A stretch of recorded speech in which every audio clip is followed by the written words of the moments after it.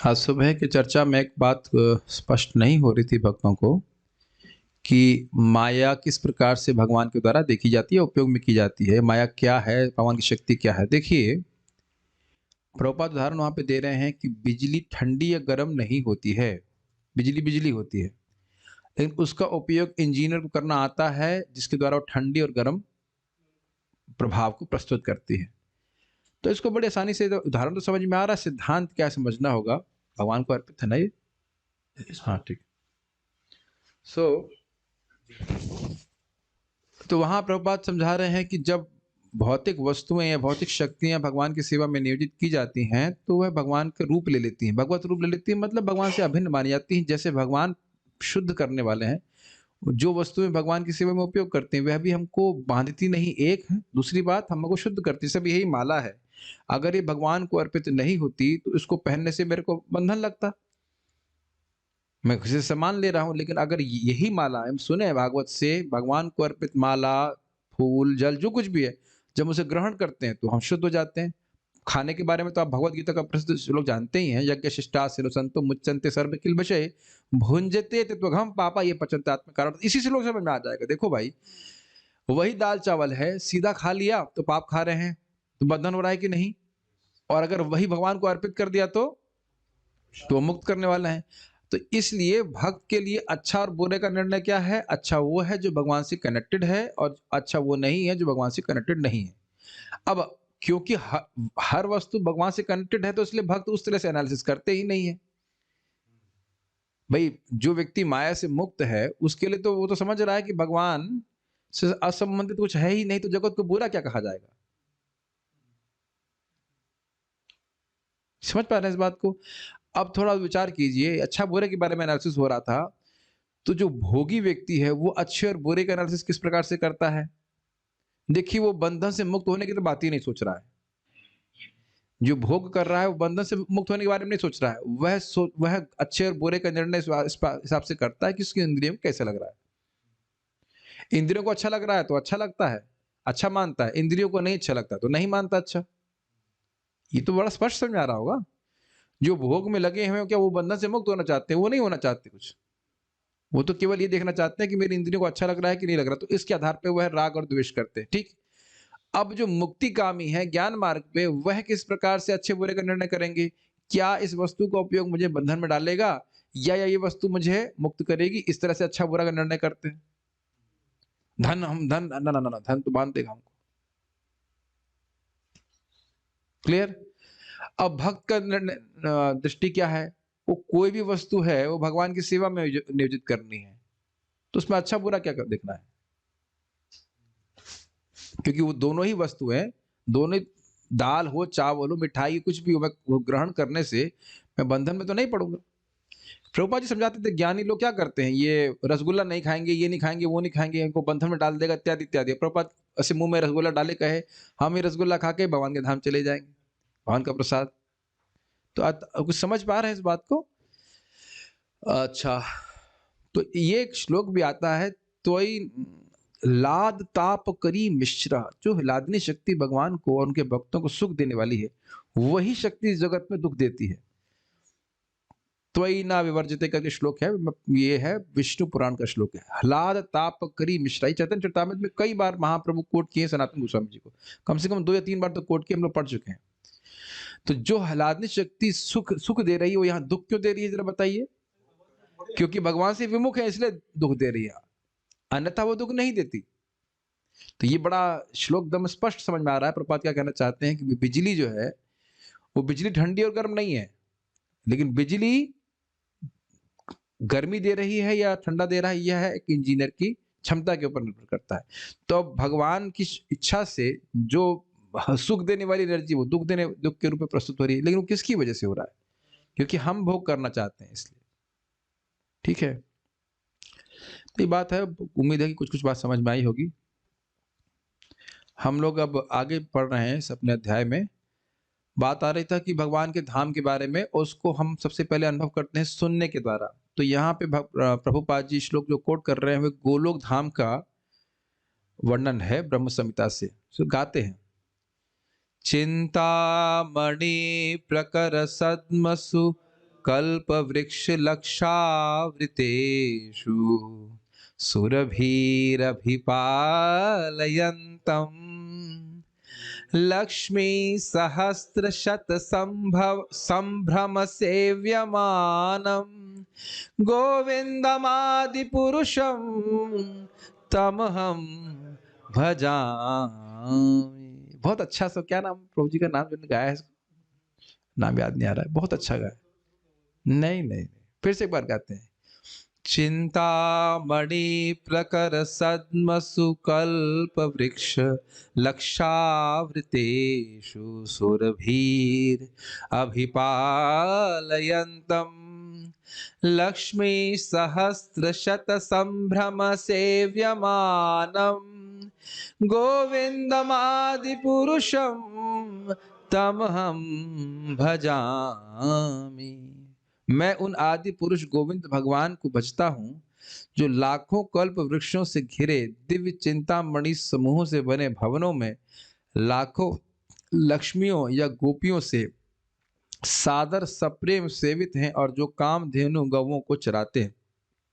देखिए ये श्लोक बोला गया है ब्रह्मा जी के द्वारा, और ब्रह्मा जी से कहीं से पढ़ के नहीं बोले हैं, ये रियलाइज नॉलेज है। गोलोक का दिव्य दर्शन उनको हृदय में ही हुआ, तो उस गोलोक के दर्शन को वह श्लोक के रूप में प्रस्तुत कर रहे हैं। चिंतामणि प्रकर सद्म, सद्म मतलब होता है घर, चिंतामणि से ही सारे वहां पे घर बने हुए हैं। भर भूमि भी चिंतामणि की बनी। चिंतामणि मतलब जो इच्छा हो वह पूर्ण करने वाली मणि, ये है चिंतामणि।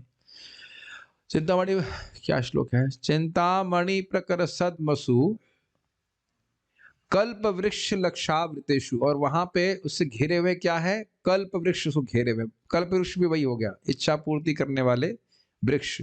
लक्ष आवृतेषु, लाखों लाखों कल्प वृक्ष से वो ढका हुआ है, घिरा हुआ है कहना चाहिए। और सुरभीर अभिपालयंतम, सुरभि मतलब फिर इच्छा पूर्ति करने वाली गाय, उस कामधेनु को अभिपालयंतम, इसको पालन कर रहे हैं कृष्ण। अच्छा ग्वाले हैं? नहीं ग्वाले नहीं है। लक्ष्मी सहस्त्र शत संभ्रम, यहाँ पे ठीक नहीं रखा है, संभव नहीं, संभ्रम। संभ्रम मतलब घबराहट से, घबराहट का मतलब कहीं सेवा से निकाल तो नहीं देंगे। पूरा जगत लक्ष्मी जी की संभ्रम सेवा करता है कि नहीं? लक्ष्मी जी थोड़ा सा देख लीजिए हल्का सा हमारी तरफ, कृपा कटाक्ष कर दीजिए, है ना। तो कह रहे हैं यहाँ पे लक्ष्मी सहस्त्र शत, सहस्त्र मतलब हजार और शत मतलब 100, यानी 100,000 नहीं, बेसिकली कहने करते अनंत अनंत अनंत लक्ष्मियां भगवान श्री कृष्ण की संभ्रम से सेव्यमान है, सेवा कर रही हैं कि कहीं हमसे कुछ गलती ना हो जाए, हमें सेवा से निकाल ना दें। निकालते नहीं है कृष्ण, लेकिन इस प्रकार से कर रही सेवा। अब यहाँ प्रभुपाद जी इसका अनुवाद गोपियां क्यों कर रहे हैं? क्योंकि मूल लक्ष्मी है श्रीमती राधा रानी, और उनसे जिनकी विस्तार है गोपियां, वह भी लक्ष्मी स्वरूप है, और उन्हीं की विस्तार आगे फिर अन्य लक्ष्मियां हैं वैकुंठ की। तो यद्यपि लक्ष्मी स्वरूप में सेवा नहीं करती हैं गोलोक में, वह गोपी स्वरूप में करती है, लेकिन वो लक्ष्मी जी ही है। ये समझ पाते हैं इस बात को? तो उन गोविंद का मैं भजन कर रहा हूं। तो बताइए ब्रह्मा जी जब भजन कर रहे हैं तो हम अब और किस देवता की क्या पूजा करें? ब्रह्मा जी से बड़ा तो कोई देवता है नहीं। जब वो भगवान गोविंद का भजन कर रहा है तो हम मूर्खी कहलाएंगे जब उनको भगवान कृष्ण को छोड़कर किसी और का भजन करें। ये ब्रह्म संहिता का श्लोक है, 5.29 है शायद ना। इस प्रकार भगवत धाम के और भी विस्तृत वर्णन है ब्रह्म संहिता में, इनका विशेष रूप से स्पष्ट उल्लेख है। अब इसको पढ़ सकते हैं, मन करता है कभी इसको भी पढ़ाया जाए, ये भी एक विषय छूटा जा रहा है। ब्रह्म संहिता जो है थोड़ी मेहनत करनी पड़ेगी उसमें, लेकिन क्योंकि बहुत कठिन है वो, लेकिन बहुत टीका भी बहुत कठिन है, लेकिन उसको कभी पढ़ाया जरूर जाना चाहिए। आज तक कोई इस पे हिंदी प्रवचन नहीं किया ना? हिंदी में किए? अच्छा किया है तो सुन सकते हैं भक्त लोग। जो जिज्ञासु परम सत्य की अनुभूति करने का प्रयत्न कर रहे हैं, उन्हें परम सत्य के विभिन्न पक्षों पर मन को केंद्रित करने के आधार पर वर्गीकृत किया जाता है। अर्थात जो ब्रह्म को जानना चाहते हैं ब्रह्मवादी, जो परमात्मा को जानना चाहते हैं परमात्मावादी, और जो भगवान को जानना चाहते हैं वे भगवान के भक्त। जो निराकार ब्रह्म को केंद्र मानकर साधना करते हैं वे ब्रह्मवादी कहलाते हैं। स्पष्ट है। साधारणतया जो लोग परम सत्य की अनुभूति करने का प्रयत्न करते हैं वे सर्वप्रथम ब्रह्म ज्योति का अनुभव करते हैं। जो लोग हृदय में स्थित ईश्वर अर्थात परमात्मा की अनुभूति पर ध्यान केंद्रित करते हैं वे परमात्मावादी कहलाते हैं। परम प्रभु अपने पूर्ण अंश के द्वारा प्रत्येक प्राणी के हृदय में स्थित है और ध्यान एवं धारणा द्वारा मनुष्य इस रूप का अनुभव कर सकता है। इसे थोड़ा समझने का प्रयास कीजिए। देखिए, इस समय हमारी इंद्रियां बाहर की ओर जा रही हैं, बाहर के रूप रस गंध को पकड़ने में लगी हुई हैं। तो इसको उसका प्रत्याहार किया जाता है। यम नियम ध्यान, यम नियम आसन, प्राणायाम, प्रत्याहार। तो अभी आप देखेंगे कि हम लोग शाम को भी देखेंगे, धृतराष्ट्र भी इसी प्रकार से करेंगे। प्रत्यहृत षडेन्द्रिय शब्द आएगा उसमें। छह इंद्रियों को उन्हें प्रत्यहृत कर लिया, अंदर की ओर मोड़ लिया। अंदर अंतर्मुखी चित्त हो जाता है, अंतर्मुखी इंद्रियां हो जाती है, तो परमात्मा का दर्शन प्राप्त होता है। यही आपको समझा जा रही है, ठीक है। देखिए, अब आप लोग में से पता नहीं कितने लोगों ने पुस्तकें पढ़ी हैं, लेकिन अगर आत्म साक्षात्कार की पुस्तक आप पढ़ेंगे इस्कॉन के अलावा, पढ़िएगा नहीं लेकिन पढ़ी होगी, तो उसमें केवल ब्रह्म साक्षात्कार के बारे में ही बताते हैं। हमने पढ़ा है, मेरे कुछ पता नहीं से क्यों रुचि थी, ऑब्वियसली सम संस्कार फ्रॉम प्रीवियस लाइफ, लेकिन मुझे बड़ा अच्छा लगता था। ये आत्म साक्षात्कार शब्द जो है, इसके बारे में मैं कुछ कुछ पढ़ता रहता था। किताबें पहली बात तो उपलब्ध नहीं था, और जो है उसमें वो प्राय प्राय आपको, प्राय क्या 100% वह केवल आपको ब्रह्म साक्षात्कार की तरफ लेके जाएंगे। बात उसी की करते हैं, लेके कितना जाएंगे तो हम नहीं कह सकते, लेकिन बात उसी की करते हैं। आत्म साक्षात्कार मतलब ब्रह्म के रूप में आत्मा का दर्शन करने का सामर्थ्य व्यक्ति जागृत कर ले। तो यही प्रपात करेंगे, प्राय प्राय आध्यात्मिक व्यक्ति परमात्मा आत्म साक्षात्कार का मतलब ब्रह्म साक्षात्कार समझता है, ब्रह्म अनुसंधान समझता है। उससे श्रेष्ठ व्यक्ति है जो भगवान विष्णु को अपने हृदय में देखने का प्रयास करता है, लेकिन सेवा की भावना नहीं होती। मैं फिर से रिपीट कर रहा हूं ये बात। जब तक भगवान के प्रति प्रेम, सेवा की भावना नहीं है, तब तक भगवान से जो सुख उत्पन्न हो रहा है, उत्सर्जित हो रहा है, जो बाहर आ रहा है, वह आप अनुभव नहीं कर पाएंगे। तो यद्यपि वह परमात्मा को देख रहे हैं, विष्णु स्वरूप में भी देख रहे हैं, लेकिन क्योंकि सेवा की भावना नहीं है, ममता नहीं है, तो इस कारण से वह भगवान से प्राप्त होने वाले सुख को नहीं प्राप्त कर पाते हैं। इसलिए यद्यपि वह है विष्णु के तरफ जा रहे हैं, लेकिन उनको भक्त नहीं कहा जा रहा है। कुछ अंतर समझ पा रहे हैं आप? भाई, हर व्यक्ति को आप जिसको देखते हैं जगत में, उसकी सेवा नहीं करना चाहते हैं। अरे यही समझ लीजिए कि आपकी माँ आपको देखेंगी तो आपकी सेवा करना चाहती, खिलाएं पिलाएं कुछ। अब कोई भी बच्चा बगल में आके बैठ जाएगा तो उसकी तो सेवा नहीं करना चाहेंगे, यद्यपि उनको देख रहे हैं। ये बहुत सूक्ष्म बात है, समझ में आ रही है हमारे भक्तों को? इधर परमात्मा को देखने में समर्थ है, इसका अर्थ यह नहीं है कि वो परमात्मा का भक्त हो गया है, परमात्मा की सेवा करना चाहता है। वो ब्रह्म से श्रेष्ठ है। ब्रह्म अनुभूति में भगवान के विग्रह की अनुभूति है ही नहीं, तो उससे श्रेष्ठ है, लेकिन अभी भी भक्ति का एलिमेंट नहीं है और भगवान की सेवा के एलिमेंट नहीं है। आप फिर वापस उदाहरण पे चले जाइए ना, सूर्य की रोशनी, सूर्य का गोला, तो सूर्य के गोले में कुछ रूप दिख रहा है कि नहीं आपको? लेकिन वह रूप सूर्य देवता के रूप से हीन है,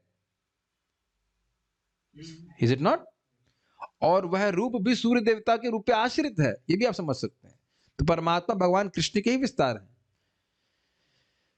तो वह अनुभूति भी जीव की पूर्ण अनुभूति नहीं है। वे न केवल प्रत्येक वाणी नहीं होना चाहिए प्राणी के हृदय में स्थित हैं, अपितु सृष्टि के प्रत्येक परमाणु में भी व्याप्त है। यह परमात्मा का साक्षात्कार दूसरा स्तर है। तो थोड़ा समझना होगा कि भगवान हमारे संग, हमारे हृदय में तो है ही, अब हमारे शरीर के कण कण में भी व्याप्त है। तो कहेंगे अंतर क्या है? अंतर यह है कि हमारे शरीर में वह ज्ञान, और हमारे शरीर के कण कण को ज्ञान और विस्मृति नहीं दे रहे हैं, वह ज्ञान और विस्मृति तो केवल आत्मा को दे रहे हैं, क्योंकि ज्ञान और विस्मृति आदि तो वह आत्मा को ही हो सकता है, जड़ पदार्थ को नहीं हो सकता। लेकिन प्रवेश करके हर कण को नियंत्रित जरूर कर रहे हैं। अंतर समझ में आ रहा है? तो केवल परमात्मा हमारे हृदय में नहीं है, हृदय में तो है ही, और पूरे शरीर में भी व्याप्त है। ये ब्रह्मा जी का साक्षात्कार आप देखेंगे, आगे जाके तो तपस्या करते देखते हैं कि पूरे शरीर में वह भगवान को व्याप्त देखते हैं। बताइए, that's amazing, is it not? मतलब आप ऐसे दृष्टि जहां देख रहे हैं, हर कण में भगवान दिखने लग जाए। तो ये सब रियलाइजेशन है इस तरह से। तृतीय और अंतिम स्तर है साक्षात पूर्ण पुरुषोत्तम भगवान की अनुभूति। इस अनुभूति के 3 प्रमुख स्तर हैं, अतः सर्वोच्च परम सत्य की अनुभूति एक जन्म में नहीं हो पाती। इसलिए कहा गया है, बहुनाम जन्मनाम अन्ते ज्ञानवान माम प्रपद्यते। यदि कोई सौभाग्यशाली हो तो परम सत्य के दर्शन एक क्षण में ही पा सकता है, किंतु साधारणतया ईश्वर तत्व का रहस्य जानने में अनेक वर्ष और अनेक जन्म लग जाते हैं। अब इसका मतलब क्या है? देखिए, अगर कोई महान भक्त का आशीर्वाद प्राप्त हो जाए, ऑब्वियसली आशीर्वाद मतलब आपने कुछ ऐसा किया जिससे आशीर्वाद मिले। हाँ, हाँ, मैं बता रहा हूँ, भगवान के महान भक्त की इच्छा हो जाए तो भगवत साक्षात्कार तुरंत भी हो सकता है।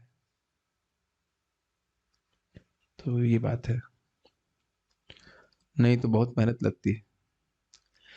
लेकिन देखिए, कृपा की अगर बात करें तो कृपा के लिए भी आपको कुछ प्रयास करना पड़ता है। वो प्रयास बहुत अधिक नहीं होता है, नहीं तो एक शुद्ध भक्त के सारे शिष्यों को ही क्यों नहीं सब कृपा मिल जाती है। क्या हमने अद्वैताचार्य जी के बारे में नहीं सुना, सार और असार शिष्य? आप लोग थे ना उस क्लास में जब हम लोग चर्चा कर रहे थे, अद्वैताचार्य जी के दो प्रकार के शिष्य थे, एक सार थे और एक असार थे। जिन्होंने शिक्षा का पालन किया, शुद्ध भक्ति को स्वीकार किया, वो सार थे, और जो लोग मायावाद संप्रदाय में चले गए वो सब असार कहे गए, यद्यपि वह अद्वैताचार्य जी के ही शिष्य थे बाह्य रूप से।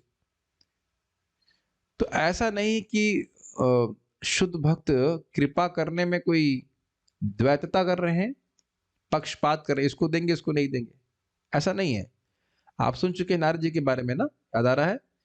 जो भक्ति वेदांत थे वो सबके प्रति समभाव रखने वाले थे, लेकिन अब जब उनकी शिक्षा का उन्होंने पालन किया, छोटे भाई छोटे बच्चे नारद ने, तो और फिर नेक्स्ट डोज ऑफ कृपा मिलने लगी। तो भक्त लोग तो सभी पे कृपा करना चाहते हैं, इन द सेंस भगवान की भक्ति में लाना चाहते हैं, लेकिन जब जब कोई बात सुनता है तो और अधिक कृपा होती है। ऐसे समझ लीजिए क्या कोई वैद्य है जो ठीक ना करना चाहता हो? सदवैद्य है तो सभी को ठीक करना चाहेगा, लेकिन जब उसके पास कोई आया और उसकी आज्ञा का पालन करेगा तो स्वाभाविक सी बात है, प्रगति करेगा। दूसरी तरह से समझ लीजिए, एक भक्त ने प्रभुपाद से कहा कि प्रभुपाद मुझे आपकी इतनी अधिक कृपा क्यों प्राप्त है, मतलब भक्ति में सुखी होंगे वो। तो कहते हैं प्रभुपाद जी ने कहा कि कृपा तो मैं सबको दे रहा हूं, तुम ले रहे हो कृपा। और हरे कृष्ण मंत्र सभी के लिए उपलब्ध है, भक्ति का प्रोसेस क्लियर है। अब कौन व्यक्ति उसको ग्रहण करना चाहता है वो उसके ऊपर निर्भर करता है। Is it not? मतलब ऐसे हम ढूंढते रहें, रिसर्च करते रहें तो बहुत टाइम लगेगा। पहले ब्रह्म साक्षात्कार, फिर परमात्मा, फिर भगवान। लेकिन अगर शुद्ध भक्त का आश्रय प्राप्त हुआ, सीधे ही भक्ति का प्रोसेस फॉलो करेंगे तो भगवान का अनुभूति हो जाती है। नारद जी को तो हुआ ना 4 महीने में। नारद जी तो कोई अष्टांग योग नहीं किए, ना कोई ज्ञान योग किए, ना कर्म योग की, कुछ भी नहीं किए, सीधे भगवान की भक्ति की। क्लियर है कि नहीं? कोई और कोई योग्यता भी नहीं, शूद्र परिवार में छोटा बच्चा, बिना पढ़ा लिखा। शायद हम लोगों को विश्वास ही नहीं होता कि नारद जी को इस 4 महीने में सिद्धि प्राप्त हो गई होगी। चित्रकेतु महाराज को 7 दिन में, और खटवांग महाराज को 48 मिनट में।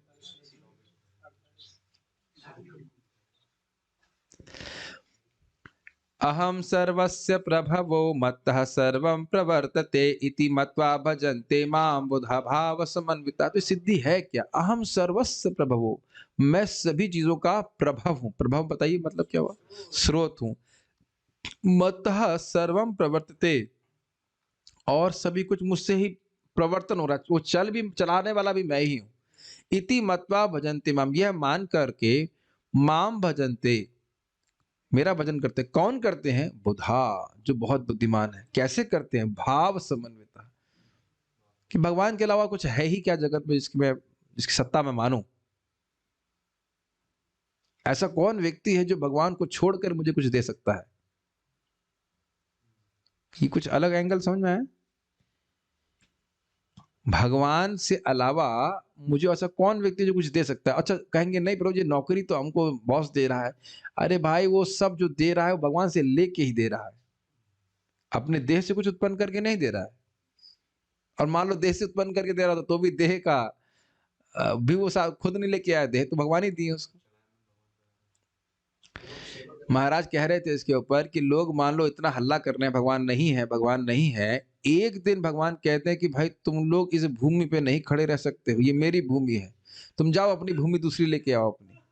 तुरंत रोना चालू कर देंगे, नहीं सरकार माफ कर दीजिए, हम क्या कहाँ से हम तो गरीब हैं, हम क्या करेंगे, है कि नहीं? किसी का सामर्थ्य नहीं है। ये आप बात समझ पा रहे होंगे, मतवा का अर्थ क्या है बताइए? मानकर। कैसे मानकर? भगवान का ही है। क्या मान के तो समझ में आ रहा है, इति मत्वा मतलब क्या मान के, मतलब अहम सर्वस्य प्रभवो मत्तः सर्वम प्रवर्तित, लेकिन कैसे मान के अगर प्रश्न करें तो श्रवण करके, बार बार जब श्रवण करता है तब बात दिमाग में घुसने लगती है कि नहीं, कृष्ण ही जगत के स्वामी है, सहज श्रद्धा हो जाती है। तो इसका उसका प्रभाव क्या होगा, माम भजन्ते मतलब मामेव भजन्ते, भगवान का ही भजन कर रहे हैं और किसी का नहीं कर रहे। देखिए भजन भगवान का कर रहे हैं, इसका अर्थ ये नहीं कि अन्यों का निरादर कर रहे हैं, लेकिन अब भगवान के भजन से टाइम मिले तब तो दूसरे का भजन करें। भगवान का ही नहीं हो रहा है पूरी तरह से, आप लोग देख ही रहे होंगे, समझ आ रहा है भगवान की ही सेवा पूरी नहीं हो पा रही है, दूसरे के पास कहां तक पहुंचेंगे। मैं समस्त आध्यात्मिक तथा भौतिक जगतों का कारण हूं, ये कुछ पूछ रहे लग रहा है कोई। जो भक्त नहीं है परमात्मवादी, उसके आगे भगवान प्रकट क्यों हो रहे हैं? अच्छा प्रश्न है। परमात्मवादी भक्त तो है नहीं, तो भगवान उनके सामने प्रकट क्यों हो रहे हैं? भाई भगवान तो अंदर बैठे हैं, उसने अपनी इंद्रियों को अंदर मोड़ लिया और वह प्रिस्क्राइब्ड तरीका है भगवान के ही द्वारा, अष्टांग योग का। तो अब स्वाभाविक सी बात है, जब भगवान ने तरीका बताया है तो उसका फल मिलना चाहिए ना। वह भी एक तरीका भगवान की द्वारा दिया गया है कि नहीं, लेकिन भगवान को पूर्णता में अनुभव कराने वाला तरीका नहीं है ये। अष्टांग योग भी भगवान ही दिए हैं, तो अगर उससे कुछ होता ही नहीं तो भगवान देते ही क्यों? तो अष्टांग योग का द्वारा व्यक्ति भगवान का दर्शन हृदय में कर सकता है, लेकिन किस रूप में? उपद्रष्टानुमंता के रूप में, परमात्मा के रूप में, लेकिन अपने दिव्य गुणों से संपन्न श्याम सुंदर स्वरूप में नहीं कर सकता। प्रेमांजन छुरित भक्ति विलोचनेना संता सदैव हृदयेषु विलोकयन्ति यम श्याम सुंदरम अचिंत गुण स्वरूपम गोविंदमादि पुरुषम तमहम भजामि। उसके सामने प्रकट हो गया। प्रकट है मतलब हृदय में देख रहा है भगवान को, लेकिन और जगत से आसक्ति भी नहीं है, भोग भी नहीं कर रहा है, लेकिन वह भगवान के से प्रकट होने वाले सुख का अनुभव नहीं कर सकता है। भगवान खुद को प्रकट करता है अपने माधुर्य को हम दिखाता माधुर्य को प्रकट नहीं करते, वो भगवान को देख रहा है लेकिन भगवान के माधुर्य को नहीं समझ पा रहा है। ये हम लोग खूब चर्चा कर चुके हैं, भगवान के माधुर्य का अनुभव व्यक्ति भक्ति के ही द्वारा करता है। इसीलिए तो भगवान गीता में कहते हैं भक्त्या माम अभिजानाति यावन यश्चास्मि तत्वतः, जैसा मैं हूं यथावत तभी समझ पाओगे जब भक्ति करोगे। या एक और अर्थ ले सकते हैं कि जितनी भक्ति बढ़ी उतना भगवान को समझेंगे। ये बात हम लोग अगर स्मरण हो आप लोगों को, तो हम लोग दामोदर लीला में भी पढ़े थे कि जैसी कृपा माता यशोदा को मिली ज्ञानी नाम चात्म भूता नाम, वैसी ज्ञानियों को परमात्मावादियों को नहीं प्राप्त होती। ठीक है, तो भगवान अपने मधुरता को प्रकट नहीं करते। मधुरता भगवान की आस्वादन करना है तो भगवान की भक्ति ही करनी होगी, और इसको यहाँ बता रहे हैं बुधा भाव समन्विता। ठीक है, वैसे आप जानते हैं कि परमात्मावादी भगवान की नित्य सेवा नहीं करना चाहते हैं, वह तो ब्रह्म में लीन हो जाना चाहते हैं, ये तो भगवान जानते हैं। जो बुद्धिमान यह भली भांति जानते हैं वे मेरी प्रेम भक्ति में लगते हैं तथा हृदय से पूरी तरह मेरी पूजा में तत्पर होते हैं। भगवद गीता 10.8। वेदांत सूत्र भी पुष्टि करता है कि परम सत्य वही है जिससे सबका उद्भव हुआ है। जन्मादि अस्य यतः, अस्य इस जगत का, और जन्म आदि जन्म पालन और संहार जिससे होता है वह परम सत्य है। यदि हम वस्तुतः मानने लगें कि कृष्ण ही सबके उद्गम हैं और हम उनकी आराधना करें तो हमारे समस्त कर्मों का खाता एक क्षण में ही बंद हो जाए। अब जरा थोड़ा विचार कीजिए, एक बात हम छोड़ दिए, अहम सर्वस्व प्रभवो, इस पे बहुत बड़ी इंडस्ट्री चल रही कि नहीं? एक्सप्लेन। सारे तत्व तो भगवान से है, कोई यूज करता है। मैं ये कुछ अलग तरह से बोल रहा हूं, चलिए ऐसे भी नहीं करता, इजी कर दूंगा प्रश्न। सर्वस्व प्रभव, इस पे इंडस्ट्री चल रही कि नहीं? सर्वस्व प्रभव का अर्थ क्या होता है? अहम मत लेना, सबका स्रोत, सबका स्रोत, इस पे इंडस्ट्री चल रही कि नहीं है? मैं नहीं कह रहा हूं सारी इंडस्ट्री चल रही है, एक बहुत बड़ी इंडस्ट्री चल रही है साइंटिस्ट की, जो इस खोज में लगे हुए हैं कि इस जगत का स्रोत क्या है। अब समझ में आया, और आज तक कोई भी व्यक्ति ये नहीं बता पाया है कि इस जगत का स्रोत क्या है। अभी आप गीता की बात छोड़िए, अब सोचना शुरू कीजिए आप कि जगत कौन बनाया, बनाया या नहीं बनाया वो छोड़ दीजिए, कहां से आया। क्योंकि यह भी साइंटिस्ट अभी निर्धारण नहीं कर पाए हैं कि कोई इसको बनाया है। यद्यपि बड़ा स्पष्ट है, डिजाइन मीन्स डिजाइनर, लेकिन उसमें भी झगड़ा चल रहा है। कुछ लोग कह रहे हैं अपने आप आया, कोई कहते हैं मैं बहुत पहले इसमें बड़ी रुचि रखता था, solid state theory, big bang theory, ये थ्योरी वे थ्योरी। थ्योरी मतलब ये नहीं कि सत्य पता है, हमने थ्योरी दी है। जैसे अभी कोई बाहर से आवाज आई, हम लोग जैसे बैठे बैठे थ्योरी देना शुरू करें, कौन सी गाड़ी है, मारुति है, स्कॉर्पियो अच्छी सेवा लग रही है। अब हो सकता है टेम्पो जा रहा हो, न मारुति न स्कॉर्पियो, तो यहाँ बैठे बैठे थ्योरी देने से तो सत्य नहीं हो जाता है ना। और ऐसे देखे कितने सारे कीड़े साइंटिस्ट मर भी जाते हैं। चार्ल्स डार्विन मर गया कि नहीं, पता नहीं एवोल्यूशन में कितना नीचे गया है। बंदर बना है कि छिपकली बना है, कौन जानता है। Is it not striking? इस प्रकार से लोग बोल रहे हैं, और आपको एक ही बार में मालूम चल गया हम सर्वस्व प्रभु। कुछ नहीं समझ रहे हैं। एक ज्ञानी खोजी करता रहेगा कि भाई जगत का स्रोत क्या है, और कई जन्म बिता देगा, यही प्रभात बोल रहे ना। लेकिन इस बात पे अगर सहज रूप से विश्वास कर ले, जो कि सत्य है, देखो आप विश्वास करो या ना करो, ये सत्य है कि कृष्ण ही जगत के स्रोत है।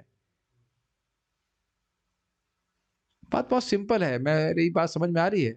चाहे आप उसको रिजेक्ट करो चाहे एक्सेप्ट करो, जो बात है सो बात है।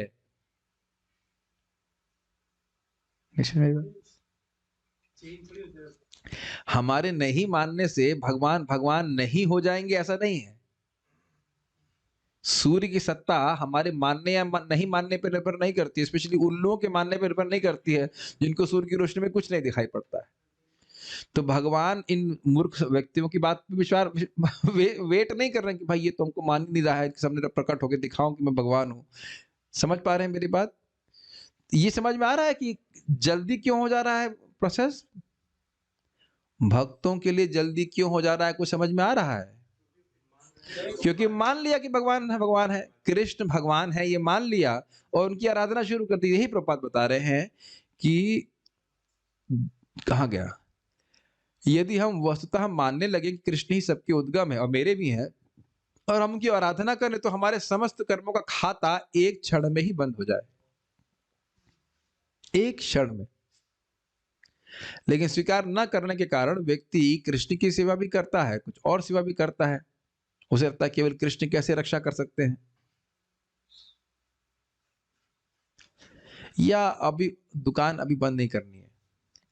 वैसे इस पे बड़ा विचार करें तो विचारने की बात है कि क्या हम वाकई खाता बंद करना चाहते हैं, ये प्रश्न भी उठेगा। ये खाता बंद करना तो बहुत आसान है, लेकिन क्या मैं खाता बंद करना चाहता हूं, यह मुझे पूछना पड़ेगा। या अभी भी मुझे लग रहा है कि I have something to gain from this world, ना है? एनीवेज,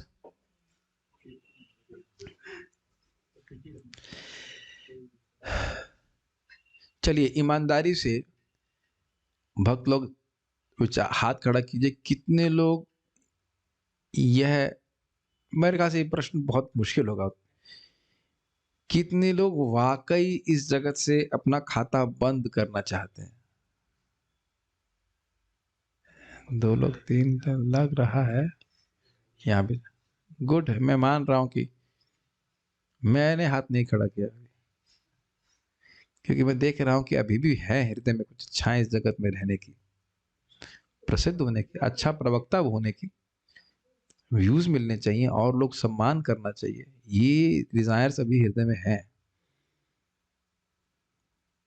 भगवान के पास जाना चाहते हैं, लेकिन एक टांग यहां भी रखना चाहते हैं।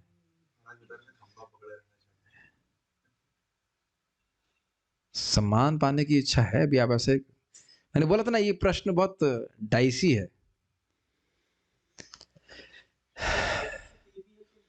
भगवत भी की बात होना कर रहा था मैं कि एक इच्छा भी है, वो जस्टिफाई मत करो, हम तो अभी प्रेजेंट सिचुएशन की बात कर रहे हैं ना।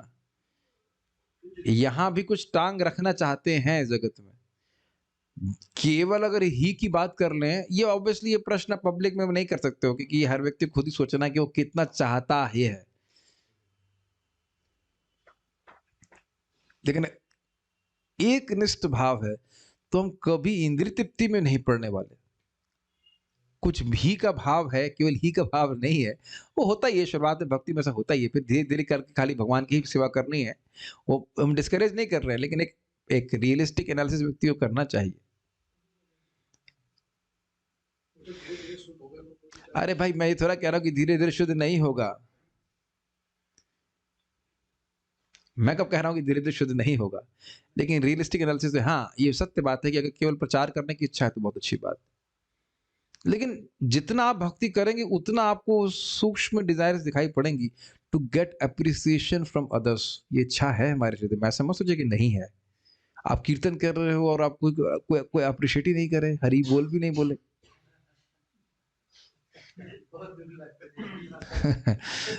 महाराज जिस दिन बोल लेते हैं कोई प्रवक्ता है, उसकी हर एक इच्छा होती बाद में बोलने की, बड़ा अच्छा प्रवचन किया। आप कभी बोल दीजिए बहुत खराब प्रवचन किया भाई, वो दोबारा कभी नहीं प्रवचन देने आए।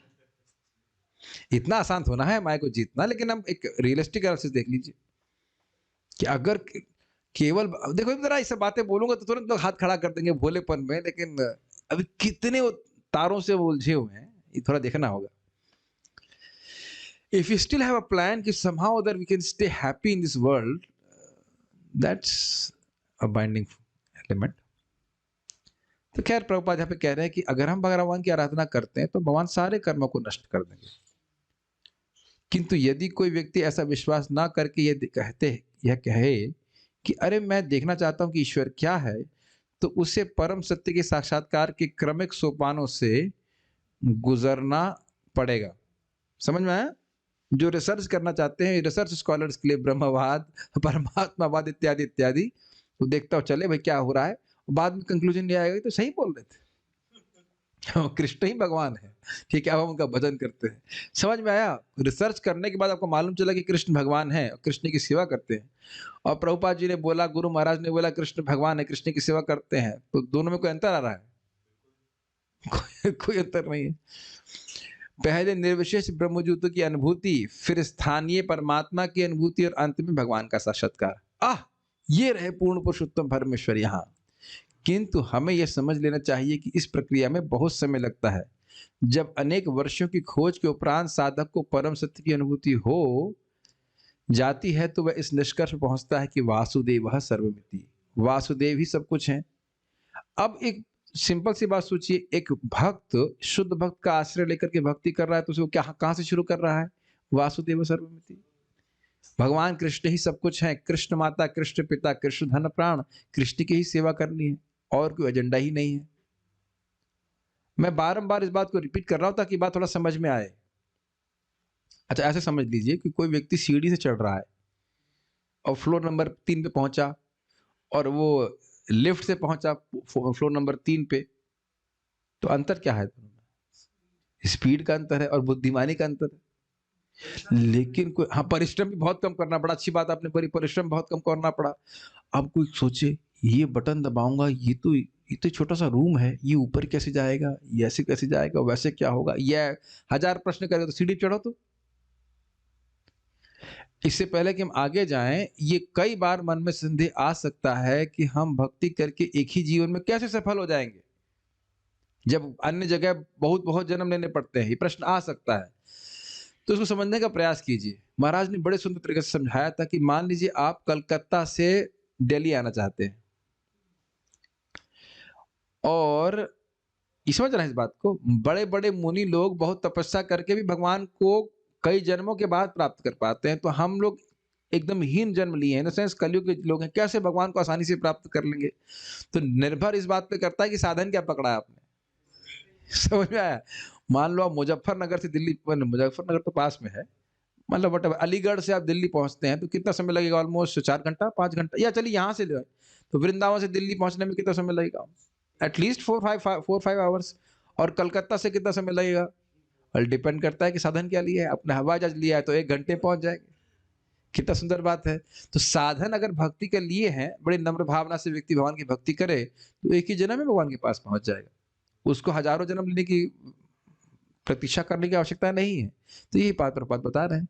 जिसने समझ लिया कि वासुदेव सर्वमिति, भगवान ही सब कुछ है, और क्या समझने में थोड़ी सी बुद्धि अप्लाई करोगे समझ में आ जाएगा। जो भी वस्तु आसपास दिख रही वो मेरे बाप की तो है नहीं। मैं कृष्ण की बात नहीं कर रहा हूँ मतलब बाप मतलब मेरे पिताजी की तो है नहीं, और न पिताजी के पिताजी की है, न पिताजी के पिताजी किसी की कोई वस्तु है नहीं। तो प्रश्न बनेगा ना कि इनमें हम जिन लोगों को देख रहे हैं उनमें से तो किसी की वस्तु नहीं है। ये तो बड़ा सिंपल विवेक आप जागृत कर सकते हैं कि इस जगत में जितने लोग उपस्थित हैं उनमें से किसी की भी एक भी वस्तु नहीं है। भले स्टैंप लगा दिया चोर की तरह, है कि नहीं? जैसे चाइना में माल बनता है लिख देते मेड इन इंडिया, करते हैं कि नहीं? या एटलीस्ट उसमें किनारे लिखा रहता है मेड इन चाइना, लेकिन नाम लगा देंगे अपना बजाज और जो भी कुछ लिख देंगे, कुछ बन के वहीं से आता है। हाँ, ऐश्वर्या असेंबल्ड इन इंडिया जो भी कह देते हैं। लेकिन आप समझ रहे हैं कि एक भी वस्तु यहाँ पे किसी भी व्यक्ति की नहीं है। ये दिख रहा है, ये तो दिखता है एकदम। सबको दिखाई पड़ रहा है ये बात? सब चुप बैठे हुए हैं, यार म्यूटेड है ना इसलिए।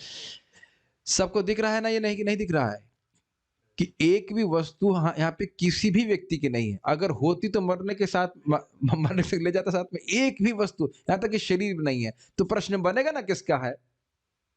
ये तो डायरेक्ट प्रश्न बन रहा है कि किसकी वस्तु है। तो ये अच्छा, अब हम कहेंगे कि भाई हमको तो पता नहीं किसकी है।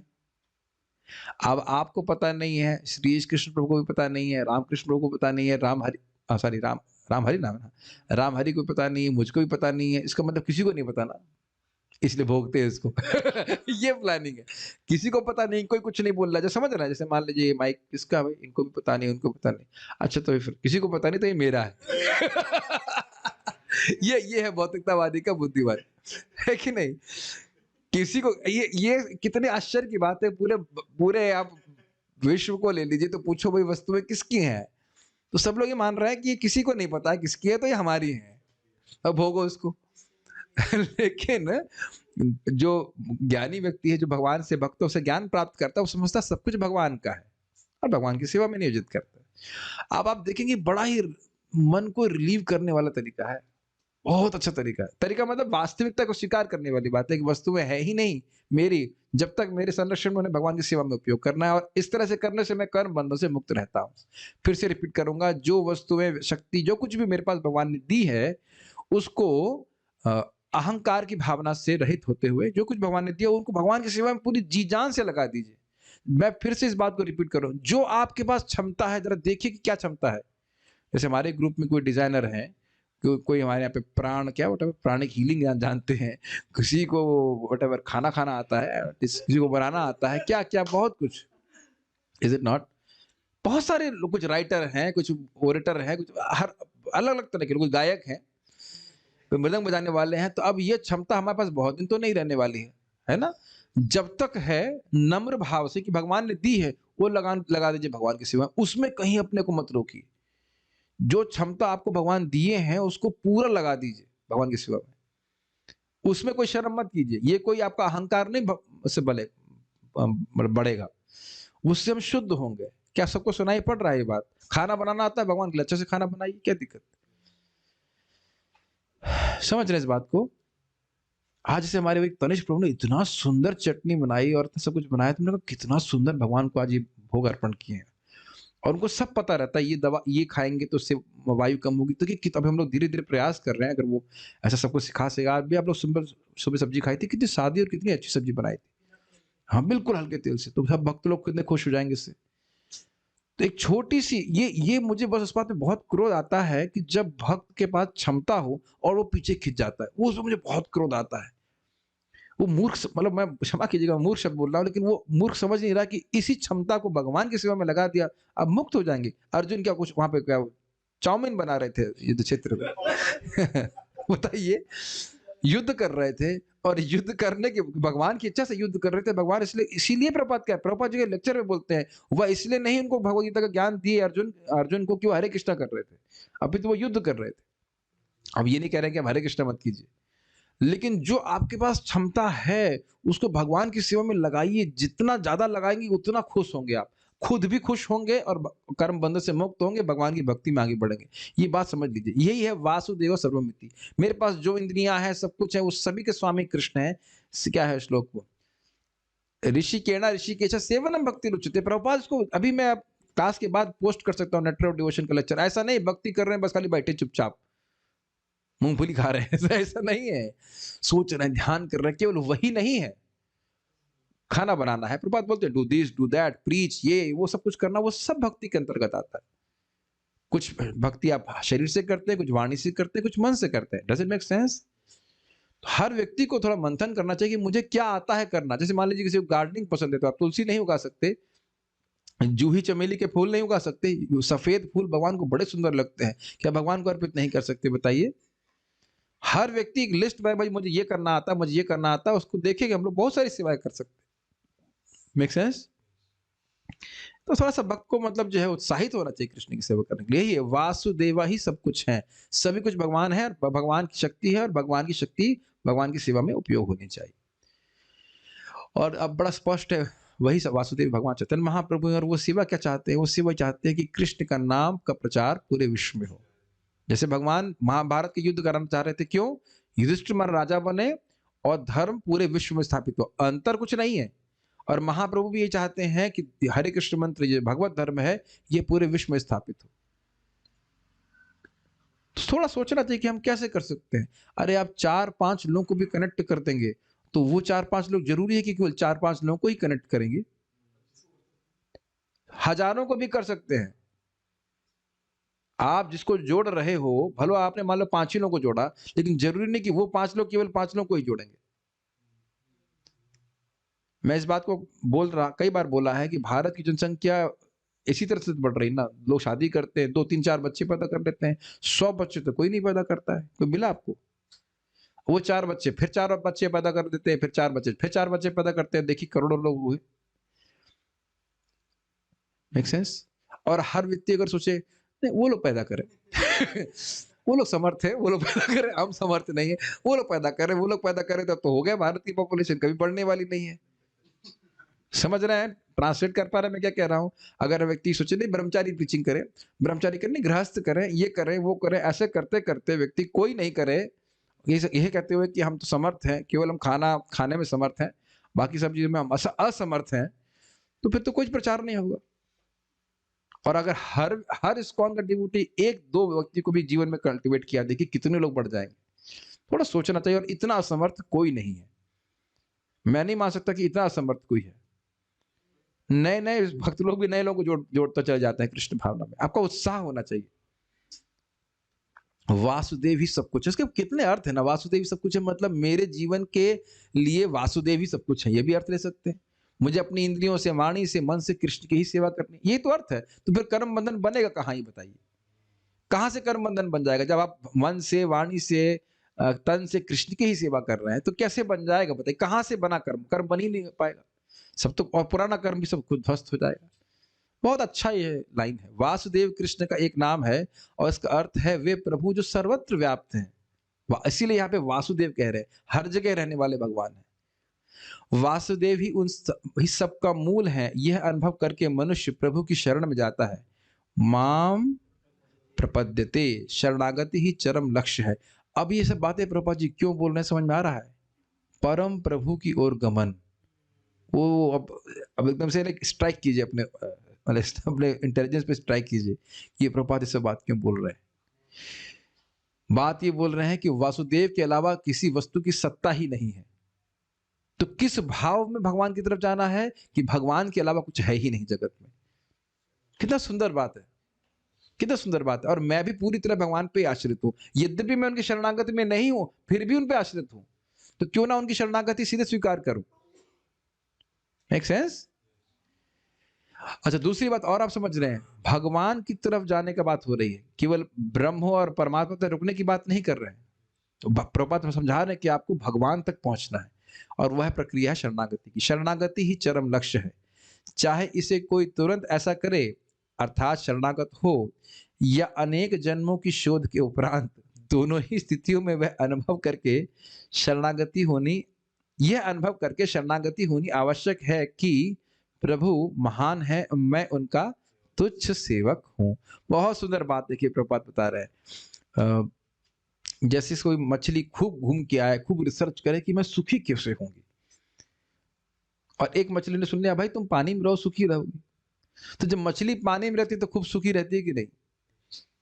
समझ पा रहे हैं? शरण लेना हमेशा दुखदाई नहीं होता है। बहुत अच्छी बात महाराज से मैंने सुनी थी। शरण लेना दुखदाई नहीं होता है। मछली जितनी मात्रा में जल की शरण लेती है, उतनी मात्रा में वो सुखी रहती है। और जितनी मात्रा में वो जल से बाहर आई, उसी दिन से उतनी मात्रा में दुख शुरू हो गया। सब लोग समझे मेरी बात? ये दिमाग में हमारे घुस जाए तो बहुत अच्छा रहे। जितना शरणागति समझ रहे हैं, भगवान को संतुष्ट करने वाले कार्य करूंगा मैं, भगवान को असंतुष्ट करने वाले कार्य नहीं करूंगा। मन से, वाणी से, कर्मों से। कम वाणी और कर्म से शुरू करें, बाद मन भी धीरे धीरे लगने लग जाएगा। तो शरणागति का मतलब क्या है? मानस देहा गेहा जो किछु मोर अर्पिलो तुवा पदम। नंद किशोर बड़ा प्रैक्टिकल है, जो कुछ भी है हम भगवान आपकी सेवा में उपयोग करेंगे। तब फिर वही बात आ जाएगी, भाई नौकरी भी तो करनी पड़ती है। तो एकदम स्पष्ट, जैसे कोई बाह्य व्यक्ति नौकरी करता है कि खूब मजे करूंगा इससे, है कि नहीं, खूब मौज उठा मतलब करूंगा, पत्नी के संग, बच्चों के संग घूर सैर सपाटा करूंगा, और कोई उद्देश्य नहीं होता है कि नौकरी कर रहा है। उसी तरह से व्यक्ति नौकरी करे कि हम अब बाकी समय भगवान की भक्ति में लगे। मतलब 2-4 घंटा जो बचे नौकरी कर, नहीं, इतना नहीं मरना है कि 14, 15, 16 घंटे काम किए, जो बच गया समय उसके बाद भक्ति करे। नहीं, 8 घंटा प्रपात बोले, max 8 hours, not minimum 8 hours. Minimum 16, maximum 8। कुछ सुनाई दे रहा है? Minimum 16 rounds and maximum 8 hours, not maximum 16 rounds and minimum 8 hours. कुछ नहीं सुनाई दे रहा हो ना? म्यूट हो गया मुझे।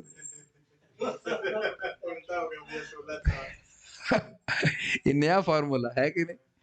मिनिमम 16, मैक्सिमम 8, मैक्सिमम, बस उसके ज्यादा नहीं कि मानव जीवन को उसी में झोंक दिया हमने, तब तो हम ठीक रास्ते पे हैं। अगर आप गृहस्थी में हैं, ब्रह्मचारी लोग तो खैर भगवान की सेवा में उनको कुछ काम ही नहीं, इसके अलावा भगवान की सेवा ही करते हैं, ठीक है, तब तो सही प्रगति के ऊपर है।